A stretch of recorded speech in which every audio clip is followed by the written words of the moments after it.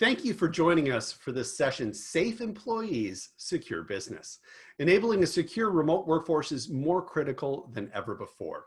Whether you're issuing more corporate-owned devices or enabling a BYOD program for remote employees, enabling secure and seamless access to authorized apps is a business imperative. And MobileIron is here to help. MobileIron provides unified endpoint and enterprise mobility management for mobile devices, securing nearly 20,000 organizations. Joining us is MobileIron's Senior Director, Product Marketing, Jay Bhansali. Thank you for joining us, Jay. Thanks for having me. I've got to ask you, what are the top challenges CISOs and security decision makers are facing right now? Challenge that a lot of our customers face is how do they enable their remote workforce to be able to, one, access business critical information and processes on a mobile device. And the real reason there is to drive productivity, and also change the way they show up as an organization. Right? So think of, again, when you have an IT technician, let's say from your utility company, come to your doorstep with a checklist and actually have you sign up and have a paper that has your service order on it, versus someone that comes up with a mobile tablet and has all the information they need on there, that can pull up a service ticket and so on. So again, the challenge we see and that we help customers solve is how do they enable remote productivity, give their employees the right tools. And what we're seeing, this is becoming more and more modern devices and modern applications, and then being able to provide them secure connectivity around that, and being able to transform and essentially achieve digital transformation, not by just in back-end processes, but the end-to-end IT infrastructure that they have and the business processes they have. So a lot of customers come to us and ask us how we can help them solve that and get the right devices to users, get the right applications to users, and at the same time providing the right levels of digital security to enable those workflows. What role does your technology play during this critical time? How are you helping customers solve for these? Yeah, so like I said, again, there's a couple of different aspects to this in enabling remote workers. One is allowing users to use any device that they choose to use, right? There is a lot of options that users have today, all very or equally well-designed solutions, be it a Android tablet or a Apple device, or be it a Mac OS. All of these machines and devices have very specific use cases, and individuals have very strong preferences. It's not like IT of the old days where you walked in and you got a corporate issued laptop and that was your only computing device, right? So today with personal computing, there's a lot of devices that users want to use, and IT needs to enable all of those. So we help provide IT with the platform that allows them to empower the user to use any device of their choice, while making sure that IT can enroll that device seamlessly, configure it correctly with the right business or corporate settings and policies, so that something as simple as a passcode requirement, which is, again, seems very simple, but it's very critical. And even the difference between a organization facing a breach would be a user choosing to have a password that's 1111, versus IT being able to provide policy that the user to set a more complex password, right? Because again, the user might think they've done the right thing by setting a passcode, but if they set a weak passcode, it's not helpful. So being able to empower IT to go from the basics like that to the extent of being able to provide containerized applications and creating a space on that device that allows both the user's personal information and corporate information to coexist separately on that same device, such that IT at all points has complete access to corporate information, but under no circumstance can cross the line and start looking at personal information on that device. So we provide that ability for supporting any device. The next piece to that is, once you set up that device for corporate use, is publishing the right applications. Now, an example that we've seen just in the last couple of months is with the transition to where a lot of organizations started requiring workers to work remotely, right? They had to start deploying collaboration tools at scale to a lot of devices that were previously not used in the enterprise context. And in our case, like one piece that we helped a lot of customers deploy is the Zoom video collaboration application. And it wasn't, and if you go back to think also, Zoom too was overwhelmed by the demand for their software product and the scales at which it was being deployed. And even for them, they had to react very quickly, and they started rolling out almost weekly updates with newer security policies that were required for organizations.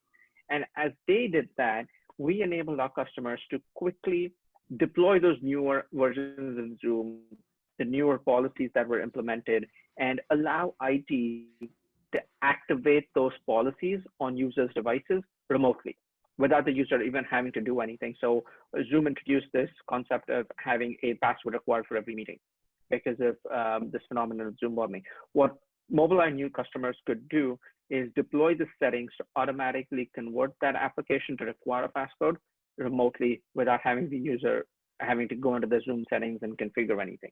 So that's kind of where we help with the examples of getting the right applications, getting them configured, get user identity embedded in those applications so that a malicious user couldn't access that application and use it. And being able to do that was really powerful. So again, getting the right devices, getting the right applications configured correctly, and then along with that, providing the right level of secure connectivity to the users, which could be perhaps things such as perhaps VPN. We have a solution called MobileIron Tunnel, which is a VPN client, and we have MobileIron Sentry, which is an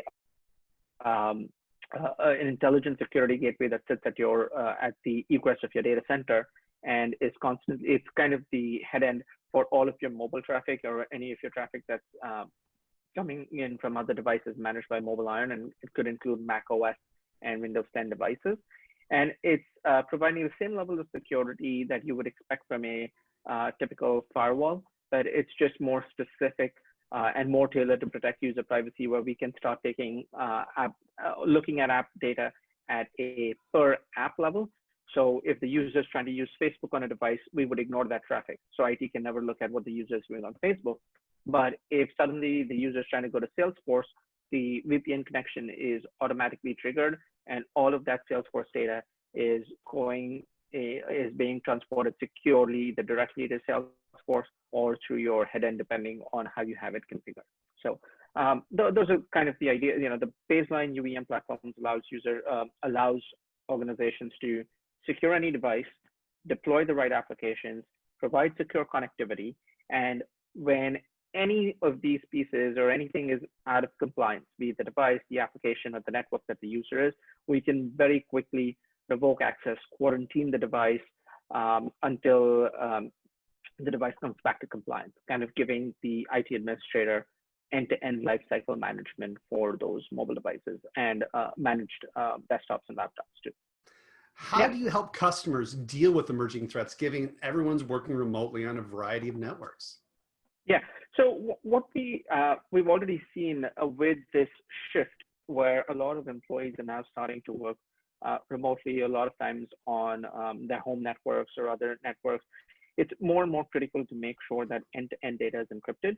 And also, if there is any vulnerability within the applications that they may have downloaded on the device, being able to scan those applications, or be it if they're running a outdated version of the operating system. Now, these threats, again, still existed before the pandemic or before the situation started, but these again have just been accelerated because there's so much more remote access nowadays.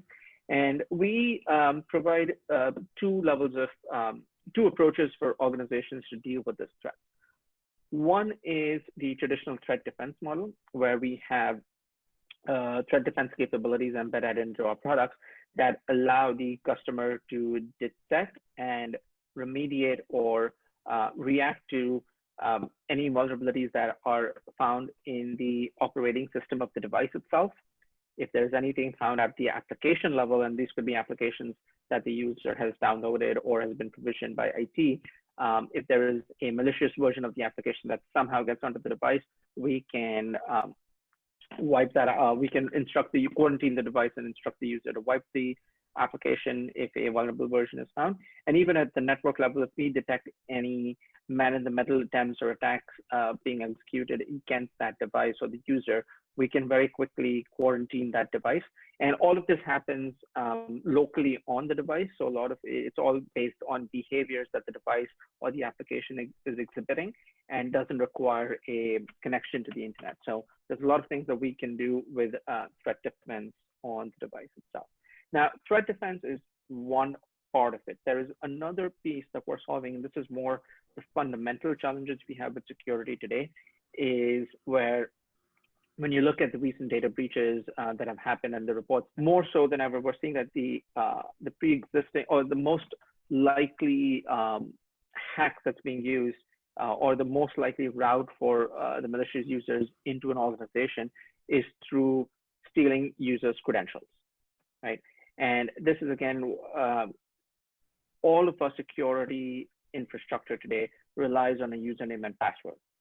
And the most vulnerable piece is if that password is stolen or if that user's identity is compromised, it's very easy for a malicious user to impersonate the said user and carry out a breach or an attack against an organization.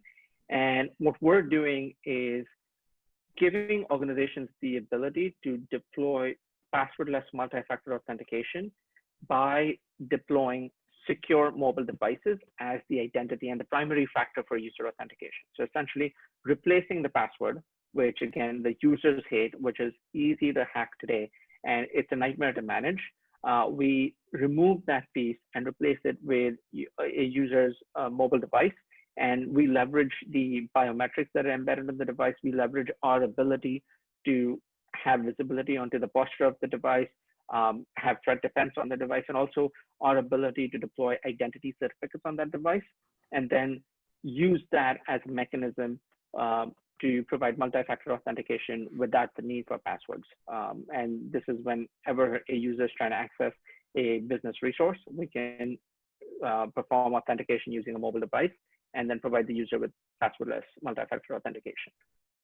And all of this, again, comes together to help organizations deploy what we've heard a lot about with this notion of zero trust technology or zero trust security framework, where you don't trust the device, you don't trust the user, you don't trust the application, you don't trust the network they're on, and you constantly validate all of these things. And more so in this model of remote access, zero trust becomes very critical because almost all of the infrastructure that the users using to access business resources is not really under IT control. The device, unlikely because it's most likely going to be a BYOD device. The application, the users need to download themselves. The IT needs to publish it. The networks they use and so on. So our product helps organizations get one step closer to deploying zero trust frameworks for security, which helps address some of these emerging threats and the shift that we're seeing in how employees are working today. Can you tell me a little bit more about a case study around that's really worked for you guys? And something that's very relevant to the times we're in today is where a hospital network empowered their patients or provided their patients with, and these are patients that are recovering from COVID or going through treatments for COVID-19 infections, who couldn't see their loved ones outside because just they needed to be quarantined. And the hospital staff was able to give them devices that were pre-configured with all of the collaboration applications and so on, the right security settings, which allowed those patients to securely communicate with their loved ones outside of the hospital in a safe manner. So it's a very powerful example of how our technology is allowing the hospital network to make that enable that human connection while maintaining IT security and HIPAA, compliance requirements, things around HIPAA and so on for both patients and just from a hospital's liability, for reducing their liability as they're deploying technologies within the organization. And then there's also the example of where we have organizations that are actually mobile first and are increasingly deploying business critical processes via mobile apps. One of the challenges a lot of these organizations have is that every business group has a different requirement for an application. And if they keep going to IT just can't scale to support all those requests and develop those applications. So we have a manufacturing company based out of Germany that has been very effectively been able to allow the business groups to develop their own applications. And they've been able to streamline the enrollment and the approval process such that between the groups developing the applications, either be it in-house or using external developers, being able to get that process done, being able to get the approvals from IT for reviewing security policies and requirements, and then going and deploying that to the end users in a very efficient manner. There's a couple of customers that have been able to do that, and this example stands out because this organization now deploys 30 applications, and they're actually using for that app deployment approval process, they're using a solution called Incaptic that we very recently acquired, which allows for all those permissions of the app approval process to actually happen very seamlessly. Excellent. Thank you so much. And to learn more, you can go to mobileiron.com. And Jay, let's take some questions. Absolutely.